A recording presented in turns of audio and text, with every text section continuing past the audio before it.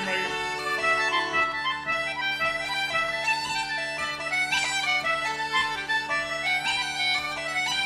Is that it? I'm not sure about the second verse. Do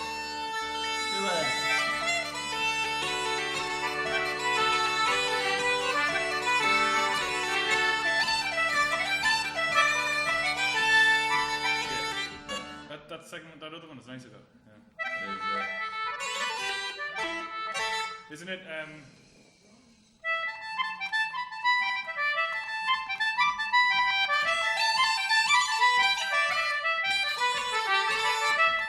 Another, the one I know is.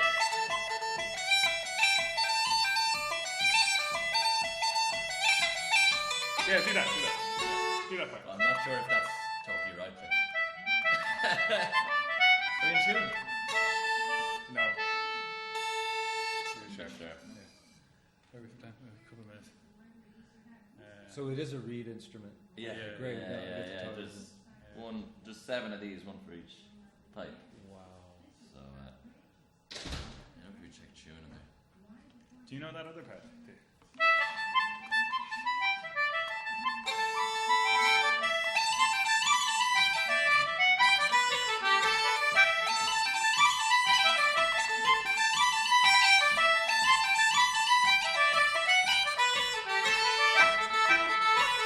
See that part? Okay. Because that's definitely right. Okay. Different versions of tunes and stuff.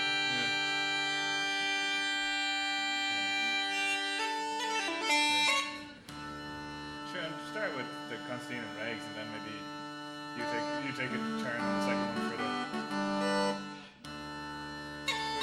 Start with like Constantine and Regs, and then Pice and chords or whatever, and then. Good. Start with that then. Yeah. Do you want to? We start with We talking got or 3 start with minutes. music? We got 3 minutes. Yeah. Wow. I'm just. Yeah. So I think what I want to do is, how about you guys bring me in? Bring me in for just a few minutes. And, We'll do that. Just those 2 tunes, maybe it'd be about 3 minutes or so, or do you want a shorter thing? Or, I'm thinking. Just do that. Yeah. Just give me like a. All right, so we're going live. just one tune, maybe 3 or 4 times over. Yeah. It'll be about a minute and a half or so. Yeah. Go for it. We're going live.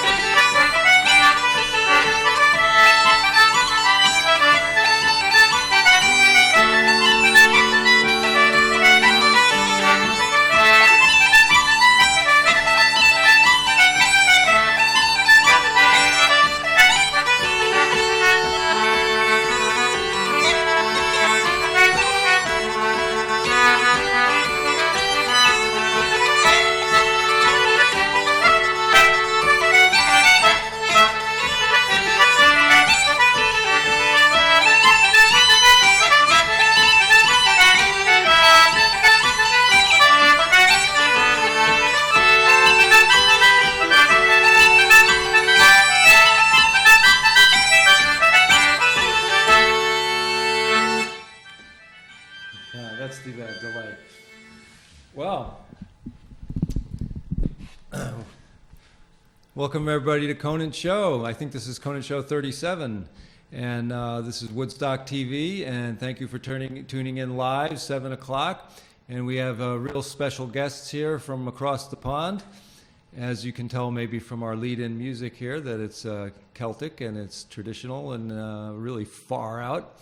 And I'd like to introduce our guests here. And before I do that, thank you, Paula Gloria Barton, for teching and making this possible. So all that wonderful.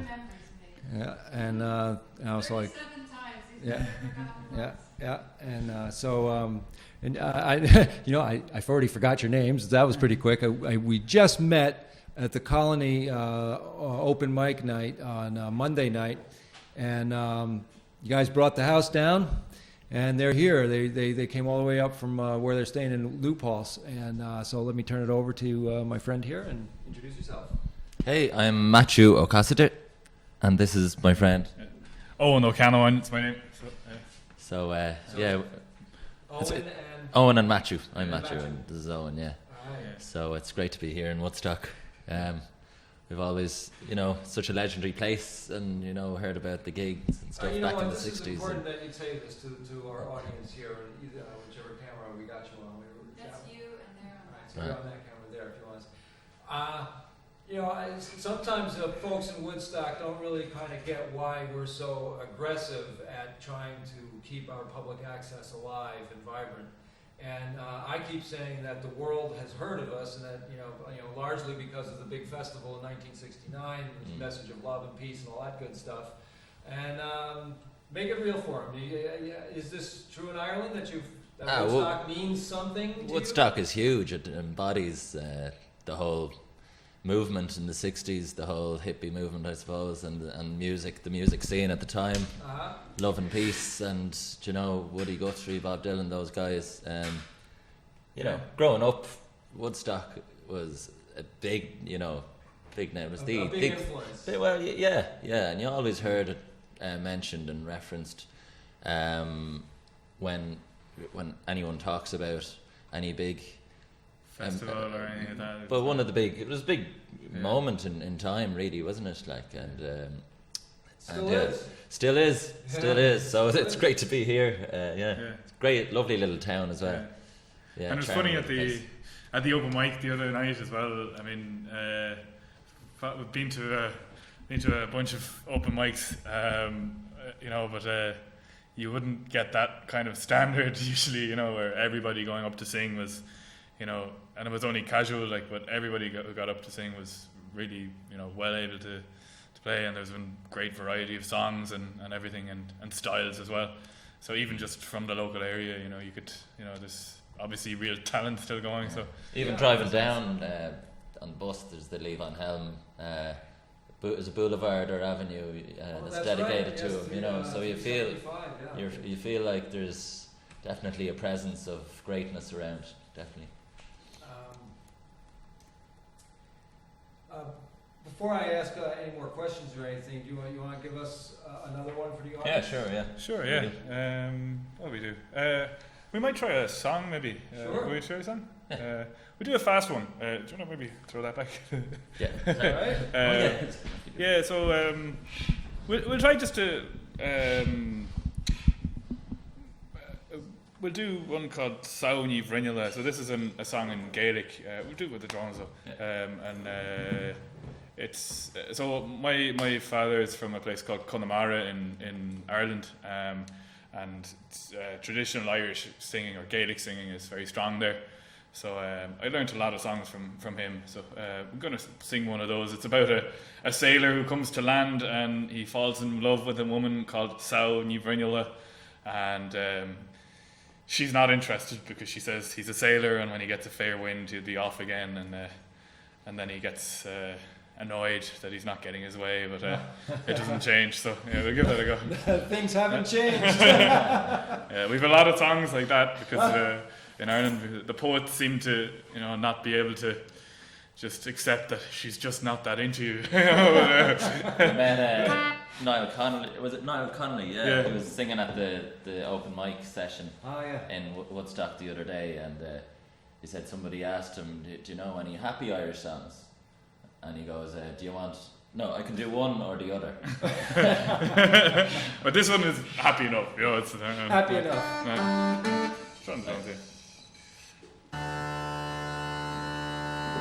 Ní erin gos beles á ní bhrineala in níos céis go bhfuil uair chuine ní. Óra há ní vrinjalachish is dorin el similam. Farma mahad matav varum refarsos desire gachen in yamere. Ora how ni vrinjalachish is dorin el similam. Master bought one megal rod megal livid lachem ni mosi hakin in arige. Ora how ni vrinjalachish is dorin el similam. Master bought war good Johnny Lockett no ranch them horses so he not one to shield. Ora how ni vrinjalachish is dorin el similam. Venom ni no her lamar away di naskarin good oles how ni vrinjala. Ora how ni vrinjalachish is dorin el similam.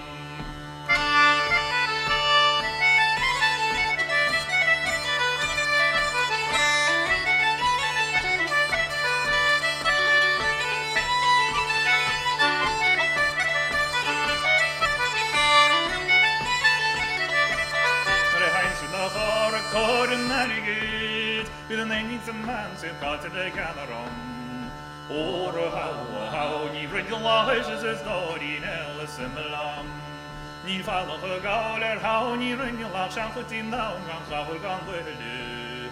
Ora how ni vrinjalachish is dorin el similam.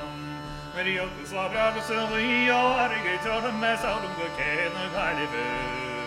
Ora how ni vrinjalachish is dorin el similam. There you go. Oh. Wow. Yeah, it's really kind of interesting. You know, I have this thing where I fall into bad accents. You know, I manage the movie theater, and you know.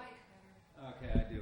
And you know, I sometimes joke around though that if I fall into a bad German accent and it's a German person there, they'll get kind of angry with me. They won't see the humor in it if it's Irish or something like that, you know. And I fall into an Irish accent, which I can do if I've had a couple of Guinness.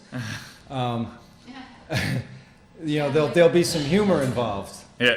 But what's really funny though is if a Brit comes in and I fall into an English accent, they don't even notice. It's just normal. I kind of think that's cute and kind of funny. But all right, you know, when I saw you guys the other night over there at the Colony, you know, I was just taken with with both of your instruments because your flute was also fascinating to me. But I've never seen, and I don't even know what to call it. I know it's a bagpipe variant, but what do you call it? And could you tell us a little bit about it? They're uilleann pipes. Yeah, so they're uilleann pipes. Uilleann is the Irish word for elbow. It's spelled Uilleann. Uilleann, yeah. So it basically elbow pipes because you're blowing the air using a bellows as opposed to your lungs. Okay. Like most other bagpipes. So yeah, basically you blow using the bellows, and there's a tube here that connects to the bag, and you blow and you fill up the bag here, and from there you play the melody on this chanter. The air goes in. There's a reed in here, a double reed that's very like an oboe reed. Uh-huh.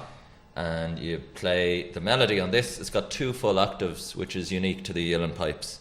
Most other bagpipes only have 1.5. Or 1 or whatever. And you've got 3 drones here, so I'll just if you hold that a second. So you've got a tenor. Oh, that's the top one, the middle one with it, and then the bass. So you've got the 3.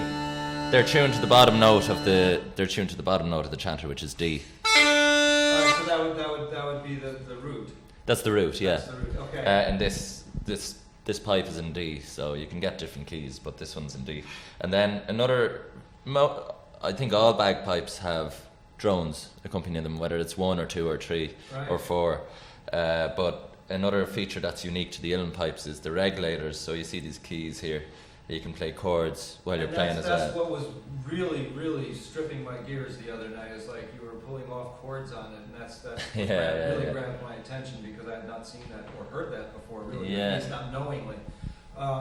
So again, the name of the instrument? Uilleann pipes. Uilleann pipes. Yeah, yeah. And I'm always fascinated with antiquity, and especially with Ireland, and I'll get to that in a minute. So the little history on the instrument, do you know how, like, when it came into being? Around they were developed in the 1700s. There was an instrument before, the pastoral pipes, which were bellows blown, and they were a simple, I think they were like very simple form of uilleann pipe. Then they had drones and they were bellow blown.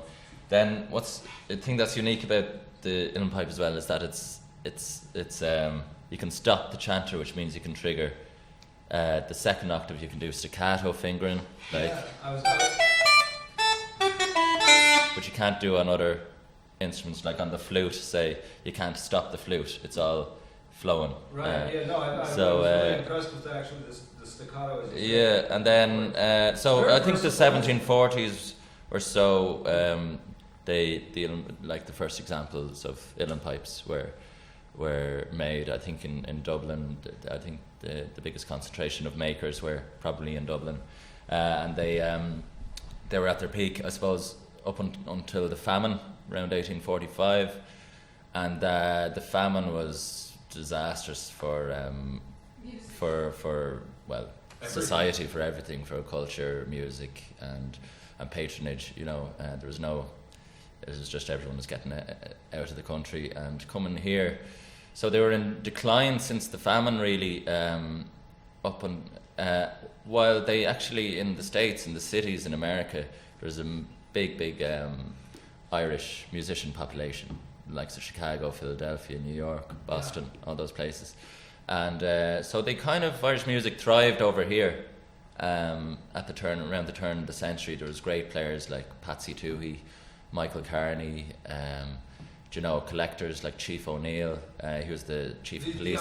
These are like names I've heard in our collective. Well, I don't know the music. Well, there's a great, like, one of the greatest pipers that lived was Patsy Toohey, and there's loads of recordings of him because he used to make wax cylinder recordings, and they're all original and unique because you couldn't duplicate them. But he had a mail order system, and apparently he made a lot of money from that. But he was one of the Irish Americans the Irish that lived in America that were playing over here around the turn of the century. And so that's basically the history of the pipes. They were in decline in Ireland for a long time, up until 1968, when the first attempt at reviving not the first attempt, but the moment, the kind of watershed moment where na Pibri Uilleann were set up. It was an organisation to promote the making and the teaching of the uilleann pipes, and they're thriving now. There's loads of young kids playing, and they're a lot easier to there's a lot more people making them, and you can get pipes on loan if you want to start playing to learn until you get your own, because you can't just walk into a shop and buy them. You have to go to a maker and get on a waiting list. Could be up to 10 years sometimes. And, and they're expensive as well, so it just making them more accessible to kids to learn. It's a commitment to learn these. It's a bit of a commitment, yeah. Well, no, absolutely. Ask about wax cylinder pipes. No, that's not wax cylinder recordings. That was Edison, I guess, had something to do with that back in the day. I want to tell you guys a quick little story about. I had a trip to a museum in a place called Letchworth Park near Rochester, New York. It's about 3.5-4 hours from here, going west. And at the bottom of these falls, there's 3 falls. They're 100 feet each.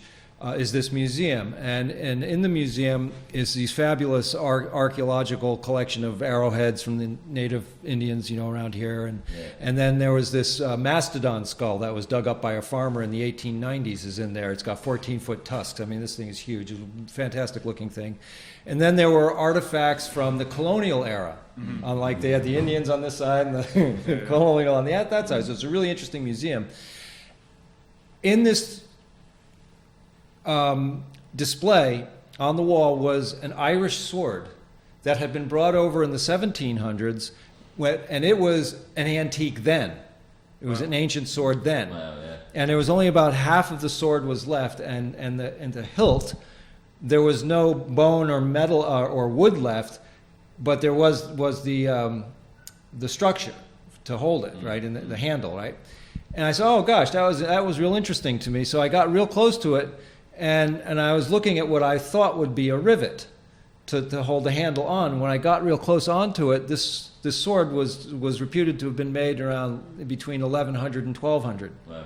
Yeah. Right? And it was a machine screw. So I'm looking at machine tool making, you know, beyond just like, you know, the kind of metallurgy where you're hammering on an anvil to make a sword. I'm looking at machine work Right. in Ireland Yeah. 1,000 years ago. Yeah. Right. And this is something, you know, that I think is important to share with our audience, and it's just as general knowledge that you know, the Ireland and the Gaelic and the culture held technology and held civilization together when Rome fell in a big way. In the monasteries, And a lot of the yeah. reading, reading, In Europe, arithmetic. anyway, yeah. I mean, obviously there were civilizations in other parts of the world, but Right. certainly in, you know, there was a lot of kind of things were saved during, you know, what they call the Dark Ages or whatever, you know, in Europe, yeah. So Ireland was the place to come for education for hundreds of years, like, you know, to the monasteries, and there was a high level. But was it Saint Columba who set up a lot of monasteries around Europe and spread his way of education as well. But I don't know a whole lot about it, like, but yeah, no, like, definitely, like, there was a golden age of achievement, I suppose, yeah. And like some of the manuscripts and just the level of you know, art, and, you know, it's interesting as well because with the language, from the point of view of the Gaelic language or Irish, Old Irish, a lot of the monks would have been writing their manuscripts in Latin, but then they have footnotes in Irish or in Gaelic, in Old Irish. So you'll see, you know, there's a famous poem that this particular monk wrote about his cat in Old Irish, you know. But we found out a lot about, you know, the older structures of the language from these manuscripts. So you know, they'd write whatever prayers it was they were writing in Latin or whatever, and then in the margins you just see, you know, they'd scribble bits of Old Irish as well. Yeah. they'd be given out now. Some are like, Yeah. If they were going to complain about somebody, they wouldn't put it in Latin.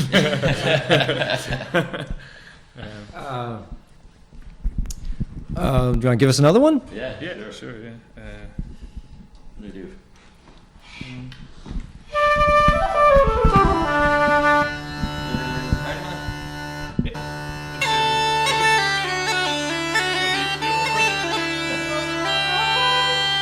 There's a couple of reels, two different versions of Hardyman the fiddle player, and Two jigs and then two jigs, and then there's a reel afterwards called Rakish Paddy.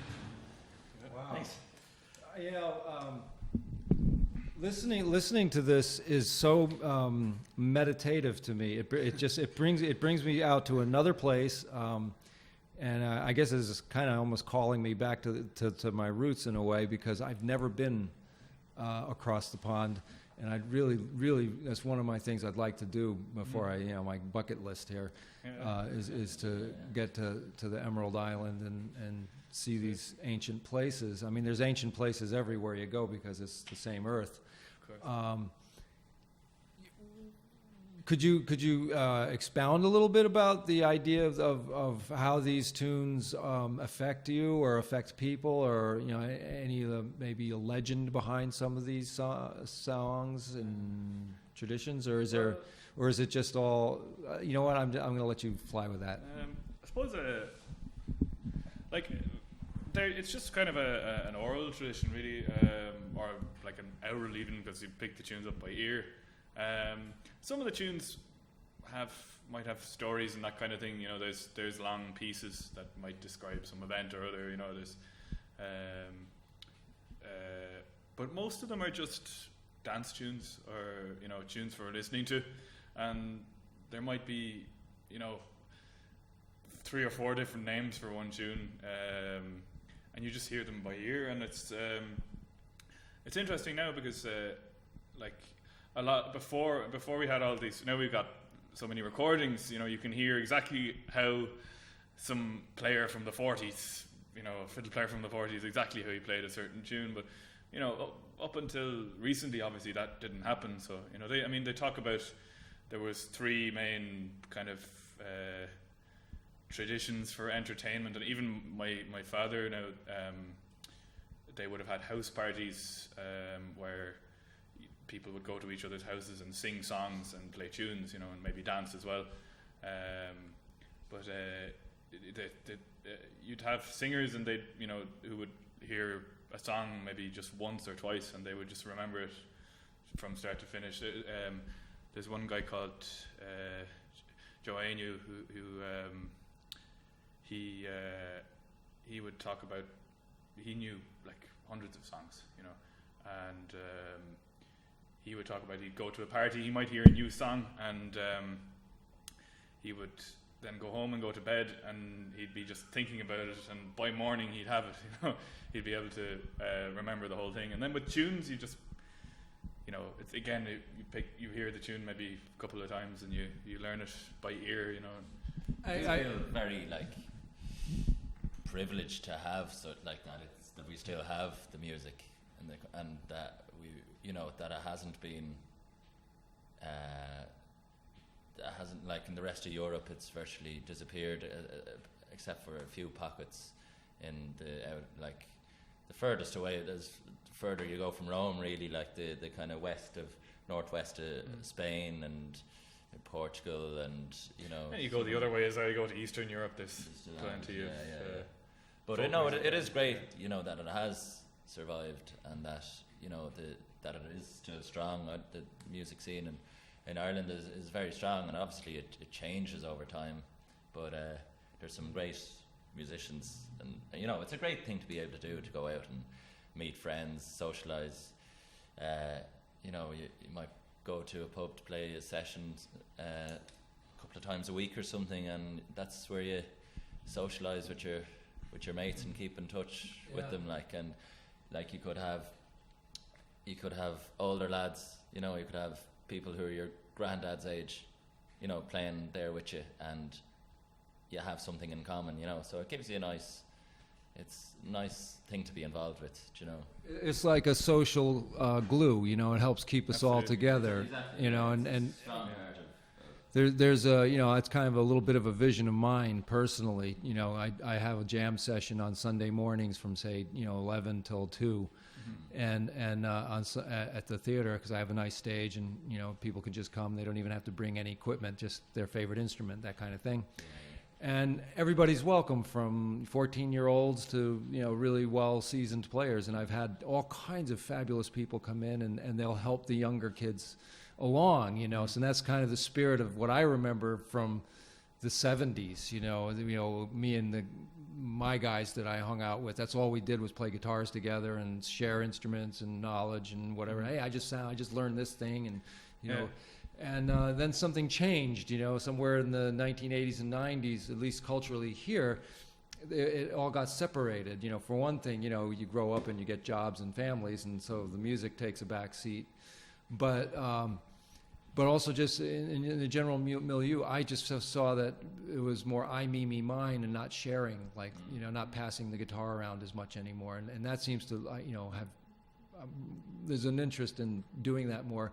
And I think it's really important that you bring this out of all of us by this, you know, it's a traditional sound and these are traditional instruments. And it's about being live, you know, and part of being live is that it's not always done exactly the same thing. Now, so one of my interests is jazz, and in jazz there's a lot of improvisation. Yeah. There's always a structure, but within the structure you have freedom to do innovate. And that's my question to you in this form. Is there a lot of innovation that you can experiment with, or, you know, are you composing, I guess is a question? Owen is a great tune composer.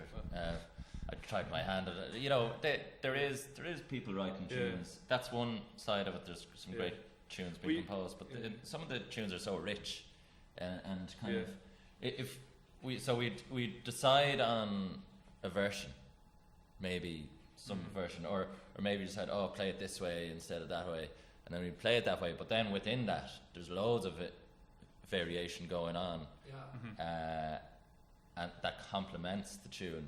But often, like, you kind of stick to more or less the same kind of version or notes of the tune that maybe you've decided on. Otherwise, and it depends how many people are playing as well. You know, if you're you playing could have a session with More people you 10 people there, and then exactly. If you're playing on your own, there's a lot of room for innovation within the tune.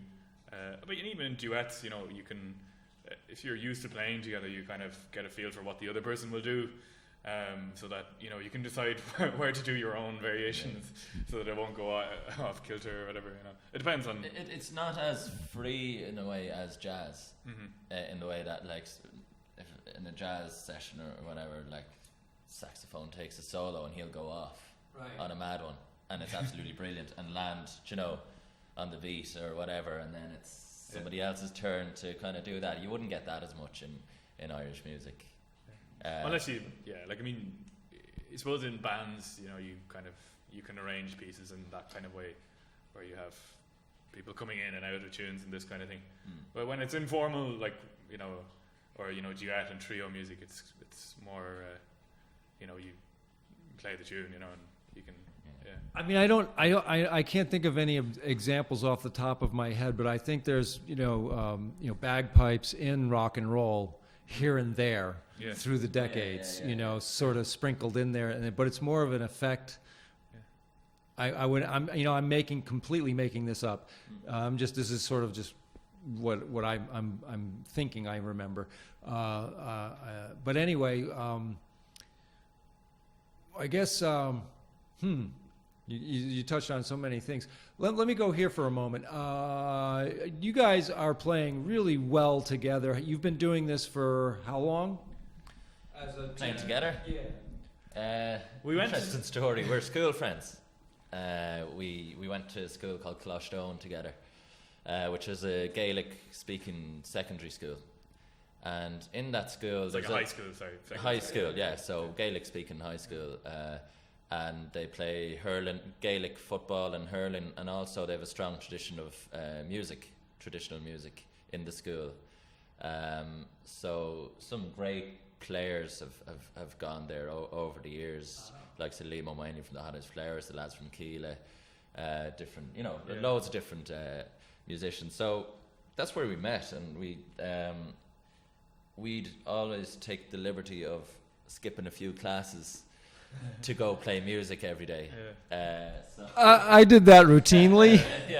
It's funny. But we got away with it. Like in other schools, it'd be unheard of. But in this school, for whatever reason, for that reason, they not that they encouraged it, but they saw the benefit of that. And there was this competition we entered every year called Shiansa Gael Lynn, which was a competition for under 18 or 19s that you could form a band and enter it. And so we'd always be kind of working towards that with the band, and it'd be a great excuse to go gallivanting and playing a bit of music together. So that's where we kind of we would have first started playing together. Well, yeah, that's it. I suppose. We played together a lot then when we were younger, but and then I suppose after that, after we left school, we sort of both went playing with different bands and that kind of thing, and so we haven't played that much together, like formally, in the last couple of years. But we played in sessions and that kind of thing. We see each other, around the place. It's a reunion. But now that we're here, we've been putting together some sets and all this kind of thing. So it's funny, you don't really. I suppose we played together for so long in school that you kind of forget. You remember the other person's style and all that kind of thing, and you kind of sit back into it again. So. All right, so this show theoretically will be, little post-production, and then it'll go into rotation for the next week on our station here, because we don't go out live all the time, obviously. So if you'd like to, if you've got any gigs coming up or whatever, plug yourself. You got what do you got going on? Well, the big one is tomorrow in Red Hook in Solas and Lay, which is that'll be Thursday, the 18th of May. Okay. So it might already have passed by the time you're watching this, but okay. So tomorrow is in Solas and Lay, Irish Dance School. They have a venue called the Chocolate Factory, I think, at 7 p.m. 7 p.m. Yeah, the Chocolate Factory it's called in Red Hook. I've heard of it. So that's where we'll be tomorrow, and it's great to be able to be joined by some dancers as well. So for a few numbers, so it should be interesting, I think. Yeah. And we were, as we said, we've been here for the open mic session, and we've had a great time playing a few gigs around. We were in Manhattan in St. Patrick's Cathedral in Manhattan for a big mass. My uncle wrote a requiem for 1916 for the centenary of 1916 last year. But it's an orchestral piece with pipes and Shano singing, old style singing like Owen does. Through it, so it combines classical music with traditional Irish music, and so we played that as part of a mass in St. Patrick's Cathedral on Saturday. So that's why we were over and playing a few gigs around as well. So we're going to end up in Boston in a few days' time, and we'll play in the Burren there and the Druid as well in Boston. We got heavies here, guys.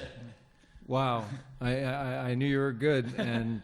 Indeed, gosh, best of luck to you on your travels, and I know how hard it is to stick together with your mates. I still play like twice a year with my guys that I was playing with in 1978.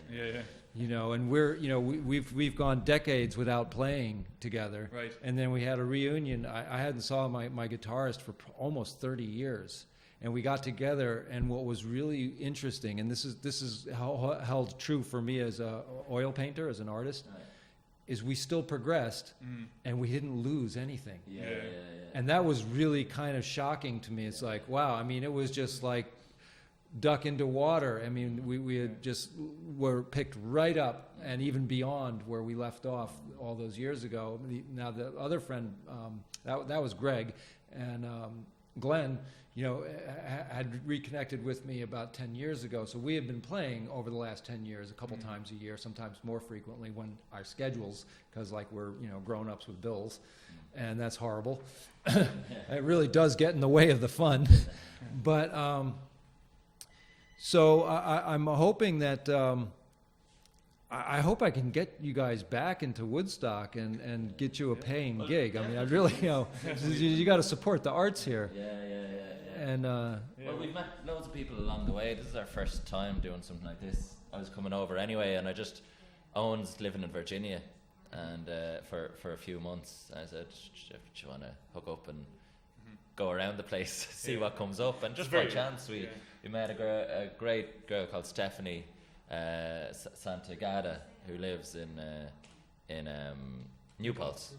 And I play in a band called Ray with Limo Mainley, and she's friends with him, and he's been over a couple of times doing gigs that she organised, and I just met her 3 weeks ago and said, what, how, any chance of a gig maybe during the week? And she set everything up. So it was just by chance. Otherwise, we would have been on holidays for the week, trying to survive till we got home. But yeah, no, it just worked out great. So it's like chance meetings like that are. It was very last minute, so yeah. But I'm sure we'll be back again. Though, We've met loads of people along the way, so Yeah. we'll try and be back definitely sooner rather than later. Yeah. We do live music at the movie theater, at the Upstate Film Cinema, and I'd like to explore the idea of booking you guys. That'd be great. I'm going to talk to my boss, and we'll keep in touch. Absolutely, yeah. You know? That'd be fantastic, yeah. And maybe with the other musicians, we can put a program together. Absolutely, yeah. That'd be. So I'm really Amazing, thinking yeah. that this would be a very good thing for our community to experience. We got to give it some lead time to get some advertising out of there. course, yeah. But all right, so we got 20 minutes left here, 22 minutes left, and do you want to give us the audience another one? Yeah. Well, what do you think? Will we- Storm Crane, Yeah. Well, we'll see. Yeah. Okay. Yeah. Alright, Yeah. whatever We'll you do a want. song for you. Yeah. Yeah. Okay. We'll do a song in. Do one in English now. So this is it's an emigration song. There's plenty of those, obviously, in Ireland, and it's called A Storm O'Chree. But the song is actually in English. The words "A Storm O'Chree" just means love of my heart. And so it's just a song about emigration. It's from the perspective of the person left back in Ireland. So it's kind of unusual in that way, because we've got a lot of emigration songs about people who left and they miss Ireland, but this is from the point of view of the person who's at home. So we'll give that a go. Yeah.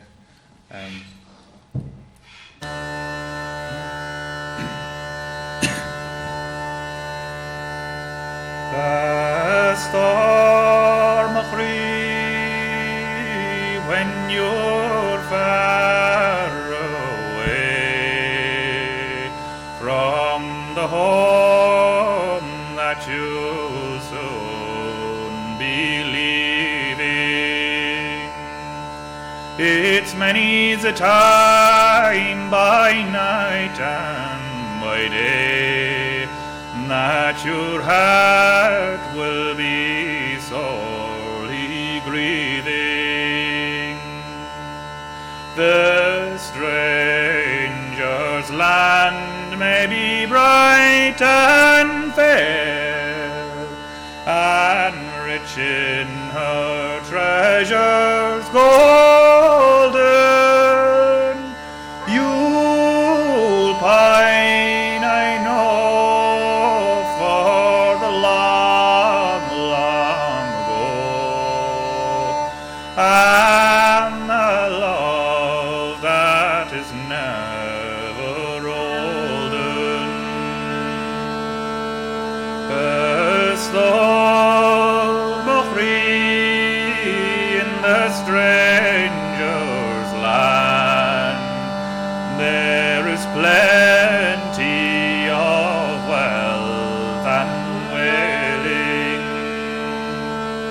whilst in gems adorn the great and the grand, there are faces with hunger paling. The road, it is dreary and hard to tread, and the lights of their cities blind you. Won't you turn a star to Erin's shore, and the one you left behind you?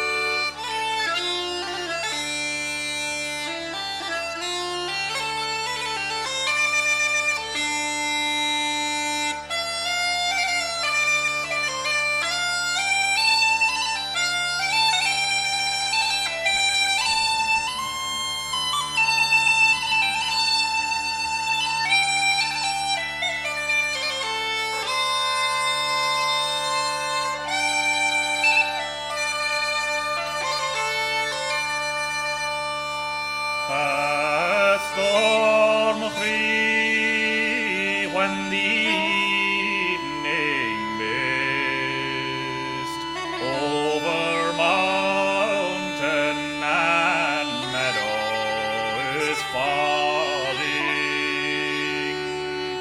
Won't you turn away from the throng and the list, and maybe you'll hear me calling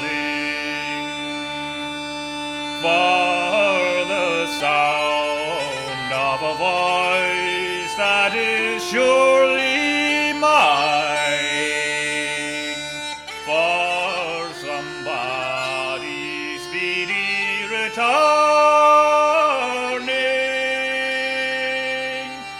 Arun, Marun, won't you come back soon to the one who will always love you.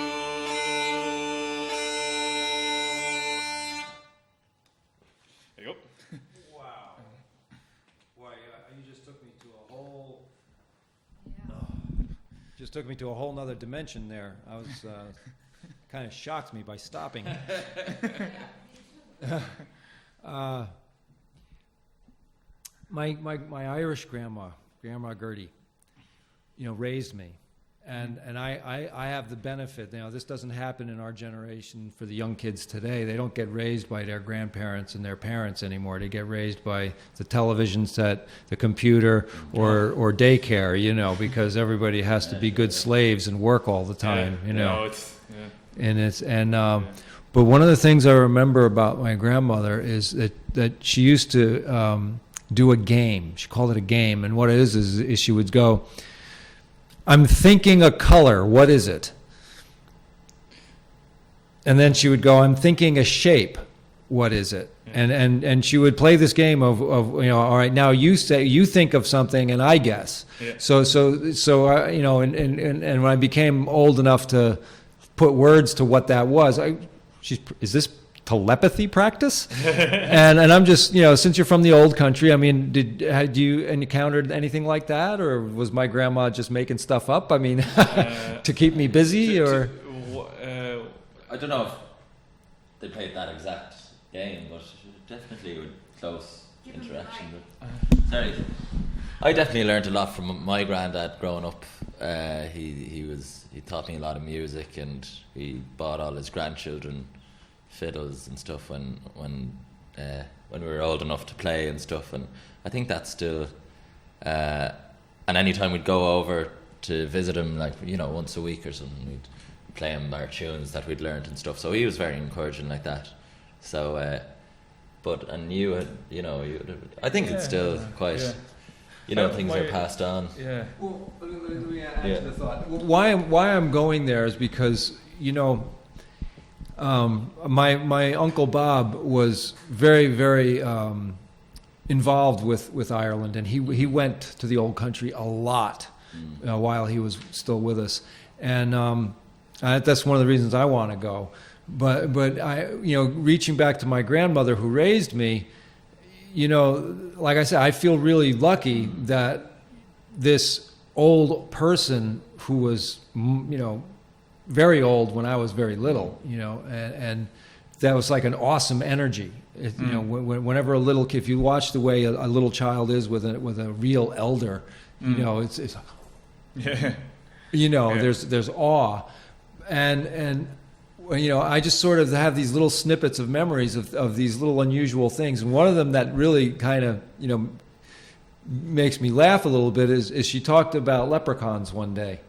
Yeah. The little people, we call them here, in the native culture, the Seneca people I lived with for 20 years, there was a lot of similarities, and we call them the little people, and and she, the last thing you want to do is to piss off a leprechaun. That's just don't do it. Just don't go there. And it was like one of these little things that she blurted out of nowhere, Yeah. And so these kinds of magical things. Yeah. It is these magical qualities of Ireland still very vibrant. Well, my mother claims that she saw the fairies in County Clare in a bush somewhere. I remember when we were children, when we were younger, she told us that she had seen the fairies. And this reminds me, I need to go and ask her about that again, because I don't know if she was making it up to spark our imagination as kids, or if I don't think she believes she definitely saw them. I don't know, maybe she did. Definitely, it's probably dying out that, it's amongst older people down the country that they still believe in the banshee or the fairies. They wouldn't be leprechauns as much. It's an American thing, leprechauns I think, more than anything, became sort of an American. is to Italy. Yeah. Do you know, it just became part of the Irish idea. Yeah. I think, but there's a lot of folklore about fairies and about banshees and about different kinds of magical beings. There's the fairies where if you're taken by the fairies, if you've there's if a child died young maybe or something like that, it would have been believed that she was taken by the fairies for whatever reason, and so they're not necessarily nice. No, usually not. You wouldn't cross. But they give them such a lovely name, fairies. There's nothing nice about them. Irish fairies are a bit different to your Walt Disney fairies. Well, it's more that you wouldn't cross them. It's not they would. If you don't bother them, they don't bother you, kind of thing. If you see a field in Ireland with a lone standing tree, you might have a field for farming, growing crops or whatever. But if you see a tree in the middle of it, that tree's not being touched for a reason, because it's a fairy tree, and if you chop it down, bad things will happen to you. I've told this story I think on my show before, but trees are interesting things. A lot of knowledge in a tree, a lot of power in a tree, and in the place called Cornwall, Connecticut, West Cornwall, Connecticut, about 50 miles from here, I witnessed this. There is these we call them kind of like redneck type dudes, and they were drinking, and they had their pickup truck and chainsaws, and they got this brilliant idea of going into the campground that the parking lot was next to where our restaurant was, and where the bar was. We didn't have the bar. We had a little pizza restaurant, and there was this bar. And they went into the campground, and they cut down like 7 or 8 really beautiful, stately, this whole row of these ancient maple trees, and dropped them across the driveway, and they thought that was funny. And then they came back and did some more drinking. And while they were in the bar, it just so happened they parked their truck right next to a maple tree, a big one, in the parking lot. And out of nowhere comes this rogue thunderstorm, bolt of lightning, strikes the tree and drops half the tree and demolishes the truck. No way. True story. And I actually saw that happen. And these boys came out and looked at their truck and had to really think about it for a moment. Knowledge comes to us from so many different ways, and connected to that thought and observation. When I was 17, I 18 years old or so, I didn't have a driver's license yet, and I was using my girlfriend's car to get to work, and I got this little painting job, interior painting job, and it turned out it was for an FBI family. The dad worked for the FBI in New York City, and the mom and the daughter were there in the house, and so they the mom told me, well, we did have you checked out. We know you're okay. That was like that. Anyway, so I was painting the interior of their home, and that's an intimate thing to do for a family, because you're moving their furniture around and all of that kind of thing. And I'm a young man. I'm only 18 years old, but during my little lunch break, the mom and the daughter, brought me like a soda pop or something, and I had my sandwich, and we're sitting and talking a little bit, and we got to talking about Dad and her husband, And what these two ladies shared with me is that he had a very interesting experience as a retired polygraph expert, like lie detector, polygraph, right? And so when he retired, they said, well, you've been using this equipment, for so many years and it's obsolete. Go ahead, take the stuff home. So he brought the polygraph home and really, was just sitting one day and got this random idea of putting the sensors onto his begonia, onto a plant, a couple of house plants. So he started with this house plant, and so he hooked it up, and then he yelled at the plant, and it got a response. And this really got his attention.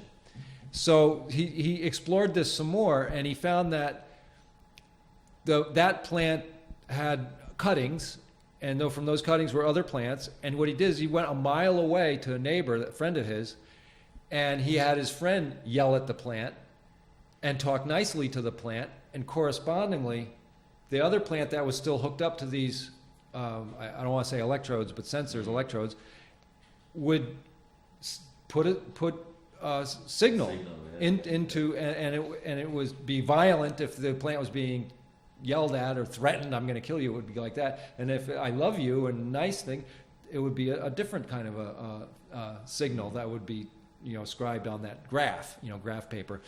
And so this actually became a study. I mean, he reported this to some of his friends, and there was a study that, in fact, that plants seem to communicate through root structures and other means. That's still a mystery to us today.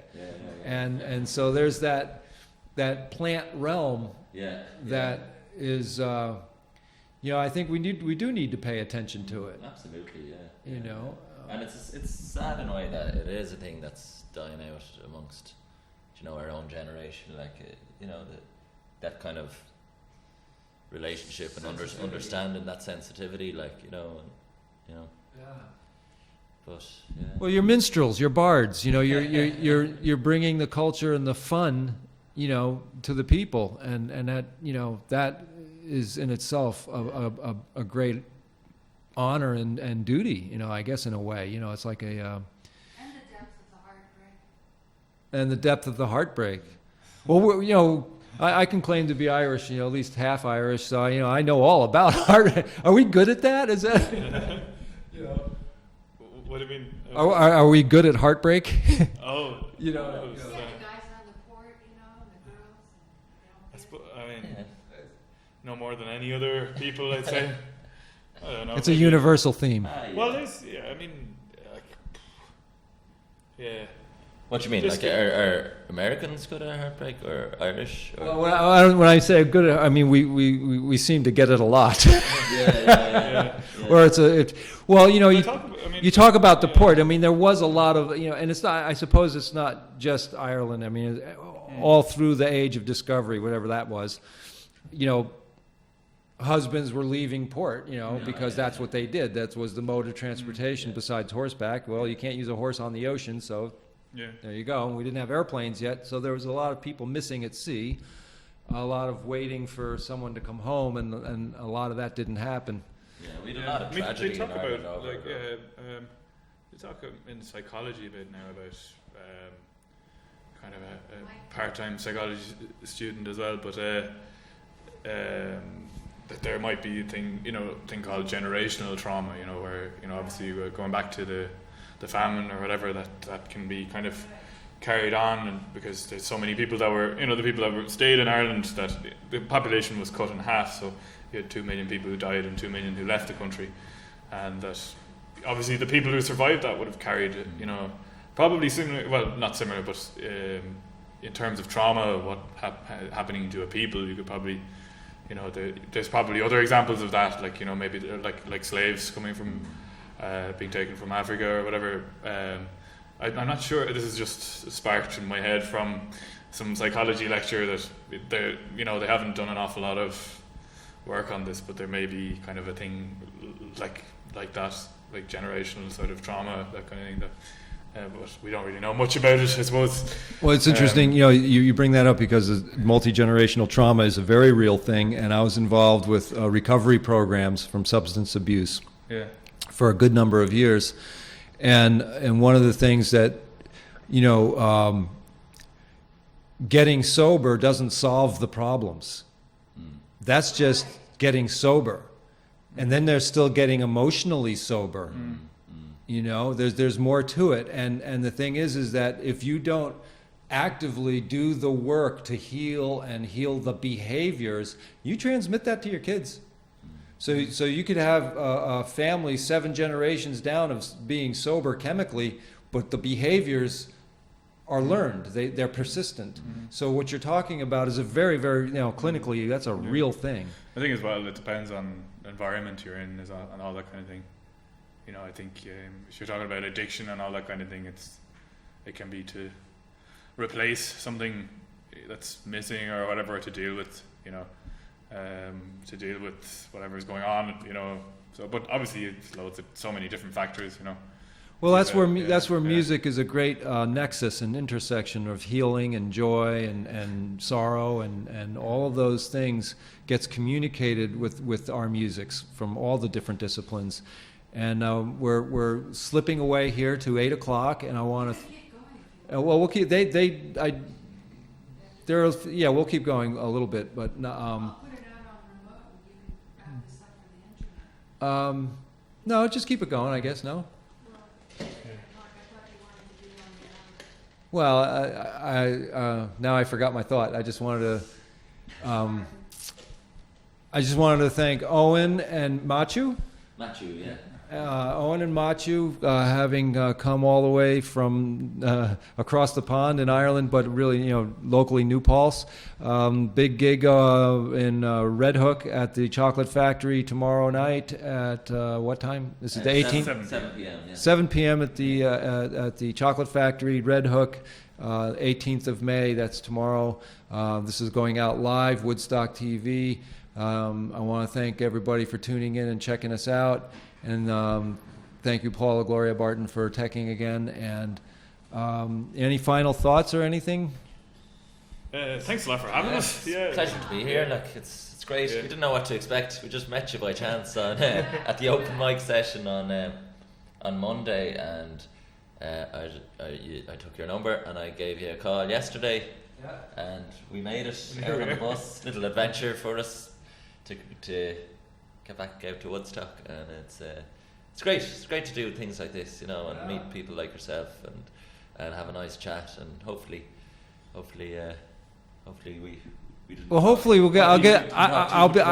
Hopefully I'll get to play with you guys someday. I really would like to try integrating with some of what you do.